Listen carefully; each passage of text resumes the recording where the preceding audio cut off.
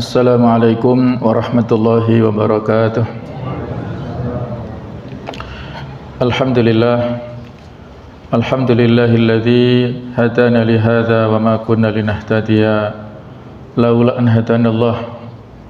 Asyhadu an la ilaha illallah wahdahu la syarikalah. Syahadatan tunji qailaha yauman nadamah. Wa asyhadu anna Muhammadan abduhu wa rasuluh. Turja syafa'atuhu yaumal qiyamah. Allahumma salli wa sallim ala habibina wa qudwatina wa maulana Muhammad wa ala alihi wa ashabihi wa man sara ala nahjihi wa da'a bi da'watihi ila yaumil qiyamah. Allahumma inna nas'aluka ilman nafi'a wa na'udzubika min ilmin la yanfa'. Allahumma la sahla illa ma ja'altahu sahla wa anta taj'alul hasna idza syi'ta sahla. Rabbi shrah li sadri wa yassir li amri wahlul 'uqdatam min lisani yafqahu qawli, amma ba'd. Ma'asyiral muslimin wal muslimat rahimakumullah. Marilah kita lanjutkan tafsir surah Ali Imran ayat 149 sampai 151 yang pada paragraf ini berjudul peringatan jangan sampai mengikuti ajakan orang-orang kafir. A'udzubillahi minasyaitonir rajim. Bismillahirrahmanirrahim. Ya ayyuhalladzina amanu in tuti'ul ladzina kafaru yaruddukum ala aqabikum fatanqalibu khasirin. Balillahu maulakum wa huwa khairun nasirin. Sanulqi fi qulubil ladzina kafaru ar-ru'ba bima asyraku billahi ma lam yunazzil bihi sultana wa ma'wahumun nar wa bi'sa maswal zalimin. Ya ayyuhalladzina amanu, wahai orang-orang yang beriman, in tuti'u, apabila kalian mentaati alladzina kafaru, kepada orang-orang kafir, yaruddukum, maka akan mengembalikan kalian, menjadikan kalian murtad ala aqabikum, kembali ke belakang kepada masa lalu, masa jahiliyah. Fatanqalibu khasirin, sehingga kalian kembali menjadi orang-orang yang rugi. Balillahu maulakum, tetapi hanya Allah lah pelindung kalian. Wa huwa khairun nasirin, dan dialah zat sebaik-baik penolong.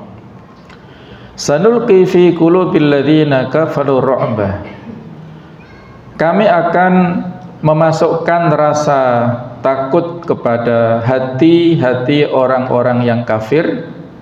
Bima asyraku billah, disebabkan oleh kesyirikan yang mereka lakukan kepada Allah. Malam yunazzil bihi sultana, yang Allah tidak menurunkan keterangan tentang itu atau hujjah tentang itu. Wa ma'wahumun nar, dan tempat tinggal mereka adalah neraka. Wa bi'sa maswal zalimin, dan itu adalah seburuk-buruk tempat tinggal bagi orang-orang yang zalim, ya. Jamaah sekalian, yang disebutkan atau dimaksud pada ayat 149, orang-orang kafir yang tidak boleh para sahabat saat itu untuk mentaati mereka. Arti asal yang dimaksud orang-orang kafir di sini adalah orang-orang kafir Quraisy Mekah di bawah pimpinan Abu Sufyan saat itu, yang memerangi kaum muslimin pada perang Uhud ataupun sebelumnya pada perang Badar. Mereka itulah harus dijauhi, tidak boleh ditaati. karena kalau ditaati akan menjadikan orang-orang muslim murtad kembali kepada masa jahiliyah. Walaupun ada perluasan makna, bukan hanya orang-orang kafir Quraisy Mekah, tetapi ada yang berpendapat yaitu orang-orang Yahudi dan Nasrani. Mereka juga disebut orang-orang kafir, walaupun mereka adalah ahlul kitab, tapi mereka juga termasuk di antara jenis orang-orang kafir. Dan juga nanti di Sababun Nuzul akan kita bahas di antara pendapat Ali bin Abi Thalib, yang dimaksud orang-orang kafir di sini adalah orang-orang munafik yang mengkritik ataupun yang memberikan seruan kepada para sahabat supaya kembali pada agama jahiliyah, agama masa lalu mereka pada saat sebelum masuk Islam, yaitu agama jahiliyah. Kemudian berikutnya adalah bahwa yang dimaksud dengan khasirin, fatanqalibu khasirin, mereka kembali menjadi orang-orang yang rugi. Kerugian di sini meliputi dua masa kerugian, baik itu di dunia, mereka akan mendapatkan kehinaan, dan kerugian di akhirat, mereka tidak bisa masuk surga dan dimasukkan ke neraka kalau kufur atau kembali kepada agama jahiliyah. Jadi di dunia mereka tidak mendapat predikat khairu ummah yang sudah kita bahas pada ayat sebelumnya. Predikat khairu ummah, umat yang terbaik, diberikan oleh Allah Ta'ala kepada generasi sahabat kaum muslimin yang memiliki ciri iman. Kuntum khaira ummah ukhrijat linnas ta'muruna bil ma'ruf wa tanhauna 'anil munkar wa tu'minuna billah. Jadi ada ciri-ciri amar ma'ruf nahi munkar dan beriman. Itulah predikat yang diberikan Allah Ta'ala kepada generasi sahabat sehingga mereka disebut sebagai khairu ummah itu. Kalau keimanannya dilepas, kembali murtad, maka khasirin, mereka mendapatkan kerugian, kehinaan di dunia, ya, tidak mendapatkan izzah atau tidak mendapatkan kemuliaan. Sedangkan yang dimaksud dengan kata-kata sultana pada ayat 151 yaitu hujjah, malam yunazil bihi sultana, yang Allah Ta'ala tidak memberikan hujjah, bukti ataupun keterangan tentang masalah kesyirikan itu. Tidak ada perintah ataupun tidak ada keterangan mereka bisa membuat tandingan-tandingan selain Allah Ta'ala. Justru segala tandingan yang dipersamakan, yang disebut dengan andadan, ya, atau niddan, mufradnya niddan, kemudian jamaknya adalah andadan, segala tandingan yang dipersekutukan selain Allah, maka itu sama sekali tidak akan memberikan dampak atau manfaat kepada orang-orang yang syirik ini. Dan tempat kembalinya yaitu neraka, dan itu adalah tempat yang paling buruk, tempat tinggal yang paling buruk untuk orang-orang yang zalim. Nah, sebagian di antara riwayat yang menunjukkan tentang sababun nuzul ayat ke-149 diceritakan oleh Ali bin Abi Thalib bahwa ayat ini turun berkaitan dengan perkataan orang-orang munafik kepada kaum mukminin ketika mengalami kekalahan pada perang Uhud. Kembalilah kalian kepada para saudara kalian dan masuklah kalian ke dalam agama mereka.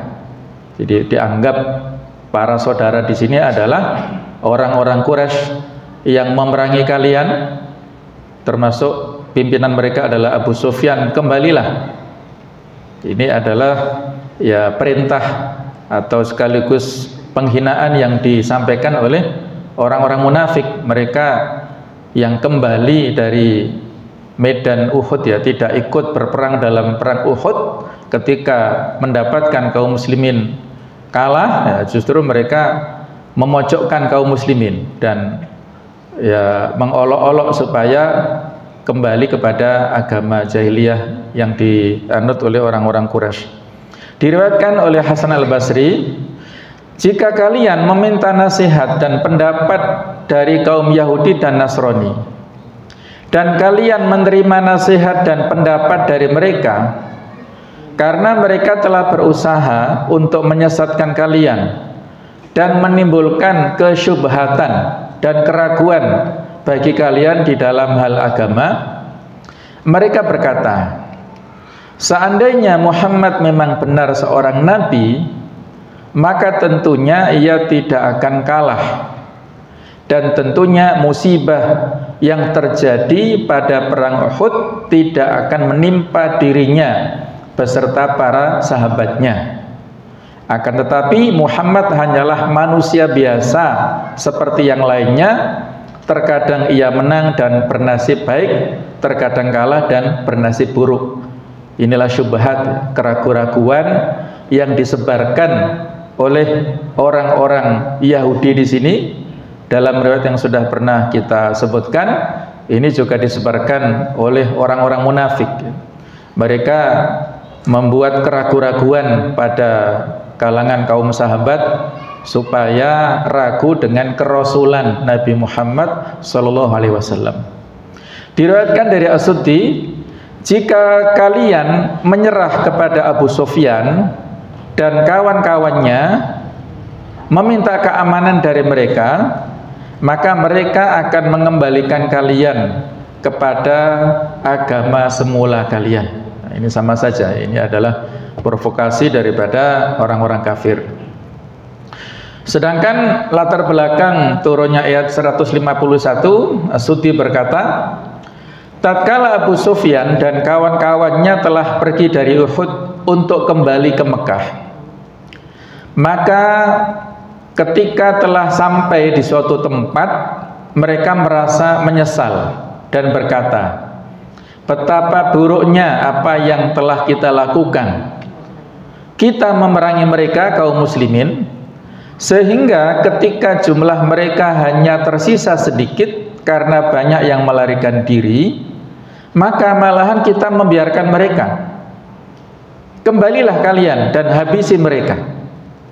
Lalu ketika mereka telah bertekad bulat untuk kembali lagi guna menghabisi kaum muslimin, maka Allah Subhanahu wa taala memunculkan rasa ketakutan yang begitu besar di dalam hati mereka, sehingga akhirnya mereka mengurungkan keinginan mereka tersebut.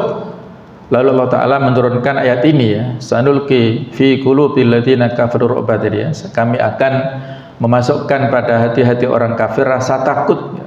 Apalagi saat itu Allah Ta'ala memerintahkan kepada kaum muslimin untuk kembali, ya, pada saat beristirahat sebentar di Madinah, langsung angkat senjata lagi untuk berangkat menyusul orang-orang kafir ini, yaitu sampai di tempat yang bernama Hamraul Asad itu, dan akhirnya menjadikan mereka orang kafir ini lari ketakutan, ya. Di samping Allah Ta'ala menurunkan rasa takut, ini juga memberikan kesan kepada kaum kafir bahwasanya ternyata orang-orang atau pasukan kaum muslimin masih punya nyali, ya, masih kuat, masih punya semangat untuk melawan kembali. Nah, akhirnya mereka lari dan pulang ke Mekah itu. Persesuaian ayat ini dengan ayat-ayat sebelumnya masih berkaitan dengan penjelasan tentang berbagai pelajaran yang bisa diambil dari kejadian perang Uhud. Setelah Allah memerintahkan untuk mengikuti jejak langkah para pengikut nabi-nabi terdahulu, maka selanjutnya di sini Allah Ta'ala memperingatkan kepada kaum muslimin agar waspada, jangan sampai tunduk dan mengikuti orang-orang kafir, yaitu orang-orang musyrik Arab. Ada kaum Yahudi, Nasrani, dan orang-orang munafik yang melakukan konspirasi jahat terhadap dakwah Islam dengan cara melemahkan dan mengendorkan semangat serta tekad kaum mukminin, ya. Al-kufru millatun wahidah, kekafiran itu satu agama, satu pemahaman, satu pemikiran ya. Walaupun bajunya berbeda-beda, labelnya berbeda-beda, kalau pada saat itu orang-orang kafir ini terbagi menjadi 5 paling tidak ya. Ada kafir Quraisy, orang-orang musyrik, ada orang-orang Yahudi, ada orang-orang Nasrani, ada kaum Majusi yang menyembah api, ada kaum Sobiin yang menyembah bintang. Nah, inilah orang-orang kafir, dan termasuk di dalamnya orang-orang munafik, baik itu yang berasal dari agama Yahudi, terutama Yahudi ya, yang pura-pura masuk Islam, itu juga yang lebih berbahaya. Jadi mereka sama yang melakukan konspirasi, muamarah atau perencanaan yang jahat untuk memusuhi dakwah Islam. Berikutnya tentang tafsir dan penjelasan, Allah Subhanahu wa taala memperingatkan kepada kaum mukminin agar waspada. Jangan sampai terpedaya dan mengikuti orang-orang kafir dan orang-orang munafik. Karena hal itu menyebabkan kehinaan dan kebinasaan baik di dunia maupun di akhirat. Oleh karena itu Allah Subhanahu wa taala berfirman kepada kaum mukminin, wahai kaum mukminin, jika kalian mengikuti orang-orang yang kafir dan mengingkari agama kalian serta nabi kalian, serta seperti Abu Sufyan dan kawan-kawannya, juga Abdullah bin Ubay, pentolan kaum munafik, dan kawan-kawannya, para petinggi kaum Yahudi dan Nasrani, maka mereka akan membuat kalian kembali menjadi orang-orang kafir setelah kalian beriman, sehingga selanjutnya kalian akan menjadi orang-orang yang merugi baik di dunia maupun di akhirat ya. Kerjasama yang dilakukan antara orang-orang kafir dan orang-orang munafik ini serta orang-orang Yahudi terus-menerus berlangsung sejak awal kedatangan kaum muslimin di Madinah sampai akhir hayat beliau, itu selalu dilakukan ya. Pada saat sebelum hijrahnya Rasulullah SAW, Abdullah bin Ubay bin Salul ini berasal dari suku Khazraj, yang mana saat itu sudah mau diangkat menjadi ya semacam kepala daerah di Madinah. Tetapi pada saat Nabi hijrah datang ke Madinah, kemudian para sahabat datang ke sana juga, dan banyak penduduk Madinah yang masuk Islam, maka tidak ada pilihan bagi Abdullah bin Ubay ini kecuali pura-pura masuk Islam. Kalau dia masih berada pada agama Yahudi, maka dia akan tersingkir, tidak mendapat tempat di Madinah. Nah, maka pura-pura masuk Islam. Nah, akhirnya pura-pura masuk Islam itulah bisa mempengaruhi kaum muslimin dari dalam. Dan Nabi sudah tahu sebenarnya tentang watak dan agama yang disimpan oleh Abdullah bin Ubay bin Salul dalam hatinya, yang masih menyimpan kekafiran, tapi tetap beliau tidak melakukan perintah untuk membunuh ya, supaya tidak timbul madarat yang lebih besar ya. Jadi pernah beberapa sahabat menawarkan ya, diantaranya ada Umar, bahkan putranya sendiri, putranya juga namanya Abdullah. Jadi Abdullah bin Abdillah bin Ubay bin Salul mengatakan kepada Nabi langsung, wahai Rasulullah, seandainya Anda mengizinkan, saya akan memenggal kepala ayah saya sendiri, saya sampaikan kepada Anda. Itu tawaran daripada putra dari Abdullah bin Ubay, tapi Nabi menolak. Karena kalau diizinkan maka akan ada madarat yang lebih berat, yaitu terjadi huru-hara dan akan ada syubhat yang tersebar luas, bagaimana seorang Rasul, seorang Nabi membunuh sahabatnya sendiri ya. Karena terkenal Abdullah bin Ubay ya pura-pura masuk Islam ya. Jadi kalau Nabi membunuh Abdullah bin Ubay maka akan menimbulkan madarat Nabi membunuh sahabatnya sendiri. Walaupun ketika sudah diketahui Abdullah bin Ubay ini melakukan konspirasi jahat, dan ya diantaranya adalah menyebarluaskan hadithul ifki atau berita bohong tentang perselingkuhan Aisyah bersama sahabat Sufyan bin Mu'attal sepulang dari perjalanan perang Bani Mustalik. Yang menyebarluaskan adalah Abdullah bin Ubay ini. Nah, jadi Nabi saat itu turun, sebelum turunnya wahyu belum punya sikap, tapi ketika Allah menurunkan surat An-Nur ayat 11 dan seterusnya, walladzina ja'u bil ifki usbatum minkum, orang-orang yang membawa berita bohong itu adalah bagian dari kalian. La tahsabuhu syarral lakum, janganlah kalian menyangka itu buruk bagi kalian, bal huwa khairul lakum, itu adalah baik bagi kalian ya. Ini juga pelajaran bagi kita ya. Kalau ada fitnah, ada provokasi ataupun ada berita bohong yang menerpa kepada kita, maka sesungguhnya Allah sedang memberikan ujian pada keimanan kita ya. Itu ada hikmah yang besar yang Allah berikan kepada kita dan pada saat itu kepada Rasulullah dan para sahabat ya. Jadi setelah selesai persoalan ini clear ya, Aisyah bersih dari segala macam tuduhan fitnah itu, Rasulullah SAW menegakkan hukum. Orang-orang yang menyebarluaskan berita bohong yang menuduh Aisyah selingkuh diadili. Ada 3 orang yang diadili, yaitu Mistah bin Utsasah, keponakannya Abu Bakar sendiri. Kemudian yang kedua adalah Hasan bin Thabit, ini penyair Rasulullah, sahabat senior juga. Kemudian seorang wanita, yaitu Hamnah binti Jahsh, saudari dari Ummul Mukminin Zainab binti Jahsh. Zainab binti Jahsh itu istri Nabi, dari kalangan yang terhormat, yang membela Aisyah. Nah, tetapi saudarinya Hamnah ini ikut terlibat menyebarluaskan berita bohong. Artinya akhirnya 3 orang ini diadili. Ketika sudah jelas mereka ini bersalah, maka ditegakkan hukum qadzaf. Hukum qadzaf kepada 3 orang ini. Hukum cambuk sebanyak 80 kali cambukan.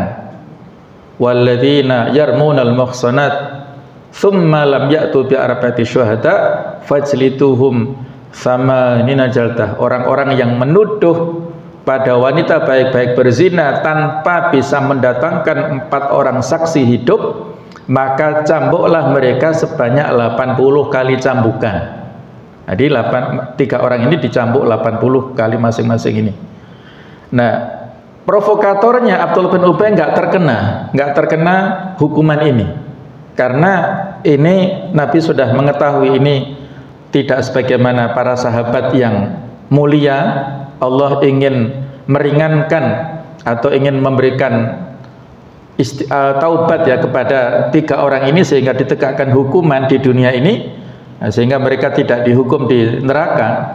Tetapi karena Abdullah bin Ubay betul sudah diinformasikan kepada Nabi orang munafik, beliau sudah tahu, maka nanti akumulasi siksanya di akhirat, di neraka sana.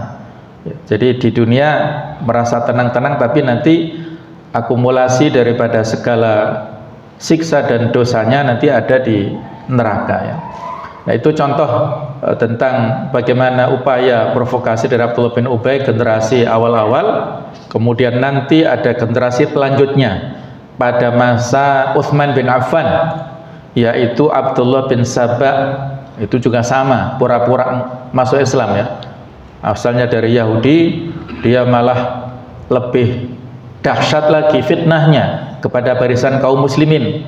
Pergi ke Basrah, ke Kufah, ke Mesir untuk memprovokasi supaya orang-orang tidak punya kepercayaan lagi kepada Khalifah Utsman. Tapi saat pergi ke Syam diusir sama penduduk Syam ya. Dan buktinya memang cukup efektif ya provokasi dari Abdullah bin Ubay ini, yaitu ya endingnya dengan konspirasi terbunuhnya Utsman bin Affan itu ya. Itu adalah bermula daripada provokasi yang disampaikan oleh Abdullah bin Ubay. Ceritanya agak panjang, insyaallah lain kesempatan kalau kita melewati ayat-ayat yang kira-kira ada kaitannya, nanti akan kita singgung lebih detail ya tentang kematian sahabat mulia Utsman bin Affan radhiyallahu anhu ini. Ini menyinggung sedikit saja tentang bagaimana konspirasi daripada orang-orang kafir dengan orang-orang munafik untuk selalu merongrong umat Islam dan memusuhi. Kalau ada kesempatan mereka secara fisik langsung ya mereka melakukan peperangan, kemudian kalau tidak ada kesempatan mereka melakukan konspirasi dari dalam itu untuk melemahkan pasuk atau barisan saf kaum muslimin. Di dunia berupa kehinaan, yaitu kekufuran. Setelah kalian mendapatkan kemuliaan iman dan Islam, kalian akan berada di bawah kekuasaan dan kontrol musuh kalian, dan kalian tidak akan mendapatkan kenikmatan berupa dijadikan orang-orang yang berkuasa di bumi seperti yang dijanjikan oleh Allah Ta'ala kepada orang-orang beriman yang benar dan jujur, sebagaimana di antara janji Allah surat An-Nur ayat 55 ini, wa'adallahu alladhina amanu minkum wa amilus solihat la yastakhlifannahum fil ardi kama stakhlafal ladzina min qablihim. Allah telah berjanji kepada orang-orang yang beriman di antara kalian dan beramal soleh, la yastakhlifannahum, ada lam taukid ya yang menunjukkan sungguh, kemudian nun taukid di belakangnya benar-benar Allah akan mengangkat mereka sebagai khalifah, sebagai penguasa fil ardi, di muka bumi ini. Kama stakhlafal ladzina min qablihim, sebagaimana Allah telah mengangkat orang-orang yang sebelum mereka sebagai khalifah. Wala yumakkinanna lahum dinahumul ladzir tadawlahum, dan Allah Ta'ala benar-benar akan meneguhkan bagi mereka dengan agama yang telah Allah ridhoi. Jadi mengeksiskan ya, tamkinuddin, eksistensi Islam di sini Allah meneguhkan agama Islam yang Allah Ta'ala ridhoi untuk mereka. Wala yubaddilannahum mim ba'di khaufihim amna, dan Allah akan benar-benar mengganti, merubah kondisi mereka dari sesudah rasa takut menjadi aman. Syaratnya ini, ya'budunani la yusyrikuna bi syai'ah, mereka tetap menyembahku dengan tidak mempersekutukanku dengan sesuatu apapun. Wa man kafara ba'da dzalika fa ulaika humul fasiqun, dan siapa yang kufur sesudah itu maka mereka itulah orang-orang fasik ya. Jadi ini janji Allah Ta'ala kepada orang-orang yang beriman dan beramal soleh untuk diangkat menjadi pemimpin di bumi ini, sebagaimana Allah Ta'ala memberikan kepemimpinan bumi ini kepada umat-umat sebelum mereka, yaitu para nabi dan rasul, yang mereka ini diberikan kekuasaan Allah Ta'ala ya, rasul-rasul berupa kekuasaan agama dan juga kekuasaan secara real ya, dalam bentuk kerajaan. Ada sebagian rasul yang juga menjadi seorang raja, ada Nabi Daud, ada Nabi Sulaiman.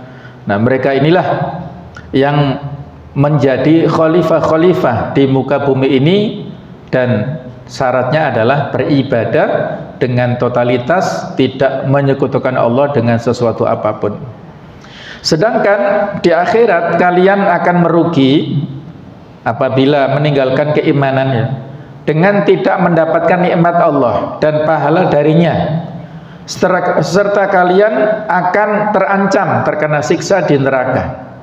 Oleh karena itu janganlah kalian pedulikan pertolongan dan bantuan orang-orang kafir kepada kalian, serta jangan sampai kalian terpedaya oleh bujuk rayu dan penyesatan mereka, karena Allah lah penolong kalian, seperti yang disebutkan di dalam ayat yang lainnya, di antaranya Al-Anfal ayat 40. Wa in tawallaw fa'lamu annallaha maulakum ni'mal maula wa ni'man nasir, dan jika mereka berpaling maka ketahuilah bahwa Allah pelindungmu, dia adalah sebaik-baik pelindung dan sebaik-baik penolong. Allah telah menetapkan kemuliaan dan kekuatan bagi Rasulnya dan kaum mukminin. Walillahil izzatu walirasulihi walil mu'minin walakinnal munafiqina la ya'lamun. Padahal kekuatan itu hanyalah bagi Allah, bagi Rasulnya, dan bagi orang-orang yang mukmin, tetapi orang-orang munafik itu tidak mengetahui. Ini ditegaskan di surat Al-Munafikun ya, surat khusus yang berbicara tentang sifat-sifat orang munafik, bagaimana permusuhannya, akal licik mereka, kebusukan mereka, dibahas secara detail di satu surat ini ya. Dan di sela-sela itu Allah menegaskan izzah ya. Allah Ta'ala yang memiliki izzah, memiliki kemuliaan, kehormatan. Kalau kita ingin mendapatkan kemuliaan, maka kita harus loyalitas, memberikan loyalitas kepada Allah dan Rasulnya.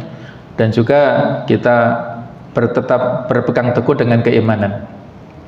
Sunnatullah telah menetapkan bahwa kaum mukminin akan diberi pertolongan, sedangkan orang-orang kafir akan dihinakan dan dibiarkan tanpa memberi mereka pertolongan ya. Ini sudah menjadi sunnatullah atau segala ketentuan Allah Ta'ala dari masa ke masa, dari sejarah telah berlalu. Tilka ummatun qad khalat, mereka itu adalah umat yang telah berlalu. Kemudian juga sunnah ya, sunnah-sunnah mereka telah berlalu sebelumnya. Allah Ta'ala memberikan kemenangan kepada al-haq dan menghancurkan kebatilan ya. Kalau saat ini kita menyaksikan al-haq masih belum dimenangkan misalnya di Palestina ya, Masya Allah, kondisi terakhir ya lebih parah daripada sebelumnya. Walaupun kaum muslimin saudara kita di Palestina sudah berada di pengungsian, di kamp-kamp darurat ya, di perkemahan yang sangat darurat bahkan sampai ke Rafah, tetapi masih terus diburu oleh tentara-tentara Israel ya. Mereka sudah tidak punya ya perasaan ya, sudah tidak punya ya rasa, tidak punya hati sama sekali ya. Nah, ini kita tunggu saja ya. Allah Ta'ala Maha Adil, tidak lepas daripada pemantauan kepada mereka. Kita tunggu, tetap harus yakin, optimis ya. Warga Palestina tetap optimis dengan Nasrullah. Nah, kita pun juga terus mendoakan supaya Nasrullah, pertolongan Allah segera didatangkan kepada mereka. Allah tunjukkan nantinya kekuasaannya di hadapan dunia ya, yang mereka ini ya dianggap walaupun sudah ada pembantaian massal ya, tapi tidak dianggap genosida ya. Masya Allah, ini fitnah yang besar ya di saat ini. Mudah-mudahan segera selesai ya, walaupun ada sinyal-sinyal ada gencatan senjata ya, kita tunggulah ya perkembangannya bagaimana. Mudah-mudahan Allah Ta'ala segera membebaskan bumi Palestina ya, dan memberikannya kepada kaum muslimin, amin ya rabbal alamin. Nah, firman Allah Ta'ala di surat Muhammad, afalam yasiru fil ardi fayanzuru kaifa kana aqibatul ladzina min qablihim dammarallahu alaihim walil kafirina amsaluha. Maka apakah mereka tidak pernah mengadakan perjalanan di bumi sehingga dapat memperhatikan bagaimana kesudahan orang-orang yang sebelum mereka? Allah telah membinasakan mereka, dan bagi mereka orang-orang kafir tersebut akan menerima nasib yang serupa ya. Ini sama dengan ayat-ayat yang sebelumnya untuk memerintahkan ya, fasiru fil ardi, untuk berjalan di muka bumi ini, fanduru kaifa kana aqibatul mukadzibin ya. Kita diperintahkan untuk melakukan rihlah, perjalanan di muka bumi ini, memantau supaya kita bertambah informasi, melihat langsung bagaimana keadaan peristiwa yang terjadi pada masa lalu. Ada banyak situs peninggalan dari umat-umat sebelumnya yang menunjukkan kekuasaan Allah Ta'ala ya. Ya misalnya kalau di Arab ya, di luar atau di utara Madinah itu ada sumber air yang saat itu disinyalir adalah peninggalan kaum Tsamud, yang ketika kaum muslimin sepulang dari perang Tabuk melewati perairan ini, tapi dilarang oleh Rasulullah untuk meminumnya karena minum atau sumber air tersebut adalah berasal dari kaum Tsamud yang dulu pernah menentang kepada nabinya, yaitu Nabi Soleh. Nah, itu juga bisa memberikan bukti ya kebenaran ayat-ayat Al-Quran ya, cerita-cerita tentang umat masa lalu, bagaimana situs-situs yang telah ditinggalkan oleh umat-umat sebelumnya. Ini menunjukkan kebenaran kisah mukjizat secara tarikh, secara sejarah yang ada dalam ayat Al-Quran, bisa dilihat secara langsung dalam bentuk ayat-ayat secara real di alam raya ya. Dzalika bi annallaha maulal ladzina amanu wa annal kafirina la maula lahum. Yang demikian itu karena Allah pelindung bagi orang-orang yang beriman, sedangkan orang-orang kafir tidak ada pelindung bagi mereka. Jadi Allah adalah pelindung, penolong, wali. Maula di sini sama dengan wali ya. Allah waliyul ladzina amanu. Allah adalah pemimpin, pelindung, penolong kepada orang-orang yang beriman. Sedangkan orang-orang kafir la maula lahum, tidak ada yang menolong mereka. Mereka hanya bergantung kepada senjatanya, kepada fisiknya, kepada sesama manusia. Sangat rapuh keimanan, keyakinan mereka ini ya. Jadi tidak kuat. Maka disinilah akan kita buktikan nanti ketika Allah Ta'ala menjadi pemimpin pelindung orang-orang beriman, dan hasil akhir Allah Ta'ala yang memenangkan orang-orang beriman dan akan mengalahkan orang-orang kafir insyaallah. Dan di antara bentuk pertolongan Allah kepada kaum mukminin adalah dengan memunculkan rasa takut yang sangat kuat di dalam hati orang-orang kafir, dikarenakan sikap mereka yang menyekutukan Allah, menyembah berhala, batu-batuan dan bentuk-bentuk sesembahan lainnya. Padahal tidak ada bukti, hujjah atau alasan baik menurut rasio maupun indera kalau hal-hal tersebut memang berhak untuk disembah dan menjadi perantara antara Allah dan makhluknya. Alasan satu-satunya yang mereka miliki dalam hal ini tidak lain hanyalah sikap mengikuti jejak para nenek moyang mereka yang mereka ketahui memang menyembah sesembahan selain Allah Ta'ala tersebut ya.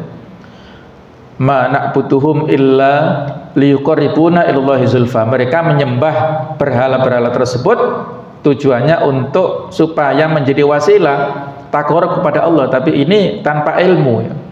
Paganisme penyembahan kepada berhala yang ada di Jazirah Arab dalam sejarah itu dipelopori oleh seorang yang dulu dari yaitu Amr bin Luhai ya, saat itu yang membawa tradisi buruk ya ketika dia pulang dari Syam ya, kemudian membawa berhala-berhala untuk dijadikan sesembahan, terutama pada saat jamaah haji datang ke Mekah ya. Kemudian Allah Ta'ala berfirman, inna wajadna aba'ana ala ummati wa inna ala atharihim muqtadun. Sesungguhnya kami mendapati bapak-bapak kami menganut satu agama, dan sesungguhnya kami adalah pengikut jejak-jejak mereka. Jadi mereka hanya taklid saja. Mereka pada realitanya hanya mengandalkan hayalan-hayalan dan bisikan-bisikan bahwa apa-apa yang mereka sembah selain Allah memiliki pengaruh, sehingga hal ini mengakibatkan kekacauan dan kebimbangan hati serta akal mereka, rusaknya pemikiran mereka dan lemahnya kejiwaan mereka. Tempat kembali akhir mereka di akhirat adalah neraka disebabkan kezaliman dan kekufuran mereka serta pengingkaran terhadap kebenaran dan para pengikut kebenaran. Dan neraka adalah seburuk-buruk tempat kembali karena mereka adalah orang-orang yang berbuat aniaya baik terhadap diri sendiri maupun kepada orang lain dengan bersikap tidak baik kepada mereka, serta mereka kehilangan elemen-elemen utama peradaban dan kebudayaan. Mereka jika melihat orang-orang mukmin semakin erat memegang agama, maka semakin bertambah ragu mereka terhadap diri mereka sendiri. Kegelisahan, ketakutan dan kebimbangan akan terus muncul di dalam jiwa mereka. Berikutnya tentang fikih atau fikih kehidupan atau hukum-hukum. Yang penting dan yang dijadikan pegangan adalah umumnya kandungan kata, bukan khususnya sebab. Ini kaidah dalam usul fikih ya, al-ibratu bi umumil lafzi la bi khusus sabab ya. Ibrah ataupun pelajaran kita ambil dari teks ayat ataupun hadis itu dari keumuman lafadznya, redaksinya, bukan kekhususan sebab. Kalau ayat Al-Quran sebab nuzulnya, kalau hadis sababul wurudnya ya. Ayat ini merupakan peringatan kaum muslimin agar selalu waspada, jangan sampai terpedaya dan mengikuti kemauan orang-orang kafir dengan segala bentuk kekufuran mereka ya. Hal ini dikarenakan sikap mereka yang akan selalu memusuhi, membenci, memperdaya dan nasihat serta jaminan keamanan yang dijanjikan mereka tidak bisa dipercaya. Jadi walaupun latar belakangnya terkait dengan lanjutan cerita tentang perang Uhud, tetapi ini berlaku kapan dan dimanapun kita berada harus waspada terhadap tipu daya orang-orang kafir. Orang-orang yang beriman dengan kekuatan imannya, keyakinannya bahwa ia pasti akan menghadap Allah, serta keyakinannya terhadap kekuasaan, bantuan dan pertolongannya, maka ia akan selalu memiliki semangat dan tekad yang kuat dan memiliki kepribadian yang tangguh serta memiliki kesadaran tinggi terhadap harga diri. Namun jika di dalam diri seorang mukmin terdapat tanda-tanda takut kepada orang-orang kafir, maka ia bukanlah seorang mukmin dalam arti yang sebenarnya. Akan tetapi hal ini berarti keislamannya hanya Islam warisan dan hanya sebatas namanya saja ya. Islam KTP, Islam identitas saja. Muslim namanya, statusnya Muslim, tetapi tidak pernah melaksanakan rukun-rukun Islam misalnya, atau dia punya watak dan kepribadian meniru watak dan budaya orang-orang kafir. Orang-orang musyrik dan orang kafir akan selalu berada di dalam kegelisahan dan ketidaktenangan. Ketakutan begitu kuat mencengkeram hati dan jiwanya yang paling dalam. Karena kekufuran tidak memberi jiwanya keyakinan yang benar dan kokoh, akan tetapi hanya berupa warisan dan tradisi-tradisi yang selalu diulang-ulang. Fanatisme buta yang membuatnya tidak mampu melihat kebenaran dan membuatnya tidak mampu berpikir dengan baik dan benar tentang keesaan Allah dan kekuasaannya yang menyeluruh dan mutlak di dunia dan di akhirat. Ayat tentang rasa takut yang dimunculkan Allah di dalam hati orang-orang kafir menjadi bukti kebatilan dan kesesatan syirik baik secara rasio maupun perasaan. Begitu juga ayat ini mengandung isyarat jeleknya dampak atau pengaruh syirik terhadap jiwa, karena syirik tidak bisa memberikan sebuah keyakinan yang kokoh, ketenangan dan kedamaian, akan tetapi sebaliknya hanya menimbulkan ketakutan, kegelisahan dan ketidaktenangan setiap saat ya. Kalau iman tauhid itu bisa memberikan ketenangan, berarti kebalikannya syirik bisa memberikan kegelisahan ya. Alladzina amanu wa lam yalbisu imanahum bidzulmin ulaika lahumul amnu wa hum muhtadun. Orang-orang yang beriman dan tidak mencampur keimanannya dengan kesyirikan, maka mereka inilah akan mendapatkan rasa aman dan mereka inilah mendapat petunjuk. Berarti mafhum mukhalafah, logika berbaliknya, orang yang syirik tidak akan tentram, tidak akan tenang dalam hidupnya. Dia suka misalnya cari pesugihan di sana sini, ya, itu akan menjadi gelisah terus. Padahal Zat Ar-Razzaq yang memberikan rezeki hanyalah Allah Ta'ala. Dia tinggal berdoa, khusyuk dan berusaha. Kenapa dia harus ke sana kemari ya? Ada info sana sini, terus dia mengorbankan sekian banyak tumbal atau mungkin semacam mahar-mahar untuk mendapatkan memancing rezeki, ya ternyata hanya rugi saja ya. Itulah yang ditimbulkan oleh orang-orang yang dosa syirik tadi. Betapa kuat efek atau pengaruh ancaman Al-Quran kepada orang-orang kafir berupa siksa api neraka yang sangat panas. Meskipun seandainya mereka memejamkan mata, namun mereka tetap mendengarnya. Sedangkan akhir di ayat tadi, wa bi'sa mathwal zalimin, yang mengisyaratkan lamanya mereka tinggal di dalam neraka, menunjukkan bahwa mereka kekal di dalam neraka, tidak sedikit pun siksa mereka diringankan, dan mereka sekali-kali tidak akan pernah keluar dari neraka. Walau hanya untuk sekedar istirahat barang sejenak, atau hanya sekedar untuk menghirup udara segar barang sebentar, untuk mengembalikan jiwa kehidupan dan kenikmatannya sama sekali tidak didapatkan oleh orang-orang kafir, orang-orang musyrik ini ya. Na'udzubillah min dzalik. Ini peringatan ya dari Rasulullah SAW kepada kita semuanya supaya tidak ikut-ikutan dengan tradisi, budaya, ideologi, pemahaman yang dilakukan oleh orang-orang kafir, khususnya orang Yahudi dan Nasrani, yang sudah ada prediksi ya pada zaman itu oleh Rasulullah. Beliau mengatakan, la tattabi'unna sunana man kana qablakum shibran bi shibrin wa dhira'an bi dhira'in hatta law takhalu juhra dhabbin tabi'tumuhum. Nabi memberikan peringatan kepada kita semuanya, sungguh kalian benar-benar akan mengikuti sunnah, perbuatan, kebiasaan orang-orang sebelum kalian, sejengkal demi sejengkal, sehasta demi sehasta, Walaupun ya sehingga mereka masuk ke dalam lubang biawak, tapi tumuhum, kalian akan mengikutinya.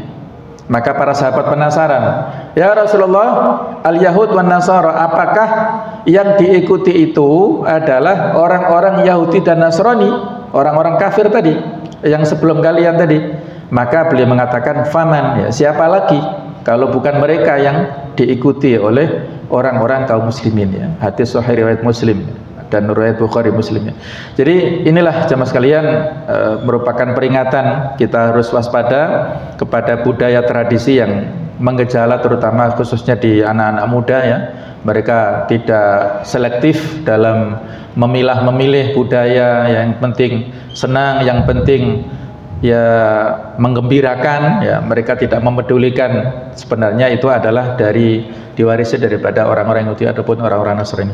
Semoga kita semuanya dan keluarga kita terlindung, ya, dari segala macam kesesatan, dari segala macam budaya yang menjurus kepada kekafiran, dan mudah-mudahan Allah Ta'ala senantiasa terus menjaga hidayah yang kita miliki ini, istiqomah sampai akhir hayat kita, mendapatkan husnul khatimah. Amin ya rabbal alamin.